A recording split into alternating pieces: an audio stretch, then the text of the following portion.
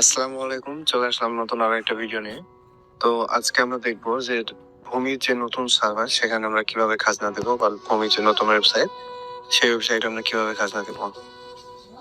তো নতুন ওয়েবসাইটে খাজনা দেওয়ার জন্য প্রথমে আপনাকে lang.com.bd তে প্রবেশ করতে হবে। এখানে আসার পর আপনি এখানে দেখতে পাচ্ছেন ভূমি উন্নয়ন কর, এটাতে ক্লিক করুন। ভূমি উন্নয়ন কর এই ওয়েবসাইটে আসার পর দেখতে পাচ্ছেন এখানে আসলে খাজনা দেওয়ার জন্য কি কি প্রয়োজন বা নিবন্ধনের জন্য কি কি প্রয়োজন। ছাত্রের একটি ফোন নাম্বার, জাতীয় পরিচয়পত্র এবং জন্ম তারিখ, দাখিলা, আর হচ্ছে আপনার খারিজ খতিয়ান বা আপনি যদি রেকর্ডীয় খতিয়ান থেকে দিতে চান সেটাও হবে, আর হচ্ছে আপনার হোল্ডিং নাম্বার থাকতে হবে। তো এই হচ্ছে বিষয়। তো এখানে যদি আমরা নিবন্ধনের উপর চাপ দিই তাহলে আমাদের হচ্ছে নিবন্ধন পেজে নিয়ে যাবে। তো এই পেজে আসার পর এখানে যদি আপনাদের অ্যাকাউন্ট না থাকে তাহলে রেজিস্টারের উপর চাপ দিবেন। আর কিভাবে নিবন্ধন করতে হবে সেটা নিয়ে বিস্তারিত ভিডিও আমার ইউটিউব চ্যানেল আছে, আপনি চাইলে দেখে আসতে পারেন। তো আমার যেহেতু নিবন্ধন আছে, আমি আমার এখানে অ্যাকাউন্ট লগ ইন করছি। উপরে ফোন নাম্বার এবং পাসওয়ার্ড এবং ক্যাপচা ফিল আপ করার পর আপনি লগ ইন দিবেন। তো দেখতে পাচ্ছেন সরাসরি আমাদের ভূমি উন্নয়ন কর ব্যবস্থাপনায় স্বাগতম। তো আমাদের হচ্ছে ভূমি সেবায় নিয়ে যাওয়া হচ্ছে, যেখানে আমরা খাজনা দিব। তো এখানে মূল বিষয়টা হচ্ছে যে এখানে অনেকে প্রশ্ন করতেছেন যে আমার আগের অ্যাকাউন্ট বা আমার আগের হোল্ডিং ছিল বা আমি খাজনা নিবন্ধন করেছিলাম, সেটার কি হবে। তো আপনি যখন এখানে নতুন অ্যাকাউন্ট খুলবেন এবং আপনার আইডেন্টি কার্ড ভেরিফাই করবেন, তখন অটোমেটিক আপনার এখানে চলে আসবে সব আপনার পূর্বের হোল্ডিং, পূর্বের আপনি দাখিলা সবই পাবেন। তো নতুন হোল্ডিং আপনি কিভাবে আপনি নতুন খাজনা আবেদন করবেন, যে আপনি এর আগে কর দেননি, এখন কিভাবে কর দেবেন সেটার জন্য আপনি হোল্ডিং অনুসন্ধানে যাবেন। হোল্ডিং অনুসন্ধানে আসার পর আপনি এখানে আপনার বিভাগ সিলেক্ট করবেন, আপনি আপনার জেলা সিলেক্ট করবেন, আপনার উপজেলা বা থানা আপনি সিলেক্ট করবেন, আপনার মৌজা আপনি সিলেক্ট করবেন। তো এখানে আপনি আপনার মৌজা সিলেক্ট করবেন। তো এখানে আমাদের মৌজা আসছে না, কারণ সার্ভার এখনো পুরোপুরি আপডেট হয়নি, সকল মৌজার তথ্য এখনো পুরোপুরি ইনক্লুড করা হয়নি, সেই জন্য। তো এখানে আপনি খতিয়ান নাম্বার এবং হোল্ডিং নাম্বার দিয়ে যখন অনুসন্ধান করবেন তখন পরবর্তীতে কি আসবে সেটা আমি আপনাদের দেখাচ্ছি।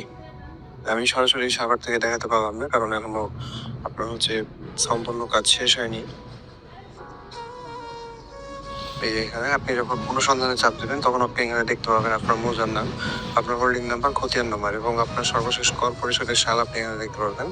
তো এখানে যদি আপনি পরবর্তী পদক্ষেপে আপনি হচ্ছে বিস্তারিত চাপ দেবেন। তো বিস্তারিত চাপ দিলে আপনি এখানে দেখতে পাবেন যে হচ্ছে আপনাকে বলা হচ্ছে যে আমি মনে করে প্রত্যয়ন করতেছি যে এই হোল্ডিং এর মালিক আপনি, বা যে আপনি এখানে আপনি সম্মতি জানাচ্ছেন যে এটা আপনার হোল্ডিং, আপনি এটা খুঁজে পেয়েছেন, এরকম একটা। তারপর হচ্ছে আর এটা যদি আপনার না হয় তো আপনি আপত্তি প্রদান করতে পারেন, বা হোল্ডিং এর কোনো ভুল থাকলে আপনি আপত্তি প্রদান করতে পারেন। এখানে আপনার নাম যদি ভুল থাকে বা নামে মিল না থাকে বা আপনার ফোন নাম্বারে যদি মিল না থাকে, তো আপনি এখানে আপত্তি প্রদান করতে পারবেন। আপনার যে পুরোনো হোল্ডিং গুলো সেগুলো এখানে চলে আসবে অনুসন্ধানের পর। তারপর আপনি যদি সবকিছু ঠিকঠাক থাকে তো আপনি চেকমার্ক দিয়ে সম্মতিতে চাপ দিবেন। সম্মতিতে চাপ দিলে আপনি এখানে দেখতেই পাচ্ছেন যে সম্মতিকৃত হোল্ডিং সংখ্যা, আপনার পুরোনো যে হোল্ডিং গুলো ছিল বা নতুন হোল্ডিং সেগুলো সবগুলো এখানে আপনার হচ্ছে চলে আসবে।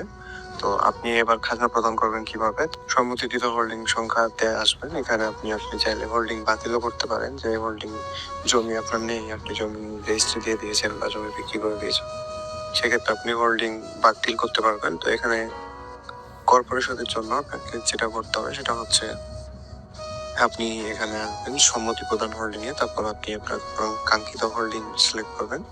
সিলেক্ট করলে এখানে আপনি কাঙ্ক্ষিত হোল্ডিং এর বিস্তারিত চাপ দিবেন। বিস্তারিত চাপ দিলে এখানে দেখতে পাবেন যে অনলাইন পেমেন্টে আপনি কোন মাধ্যমে পেমেন্ট করতে চাচ্ছেন, এ চালান বা আপনার হচ্ছে বিকাশ, রকেট, নগদ যদি চান তাহলে আপনি এক পেতে পেমেন্ট করবেন। তারপরে হচ্ছে আপনি এখানে পিন পাসওয়ার্ড দিয়ে পেমেন্ট করা হয়ে গেলে আপনি দাখিলার থেকে আপনার পেমেন্টের যেই রিসিপ্ট বা আপনার খাজনার কপি সেটা আপনি পেয়ে যাবেন। তো খুবই সহজ প্রসেস, খুবই সহজভাবে দেখানোর চেষ্টা করলাম।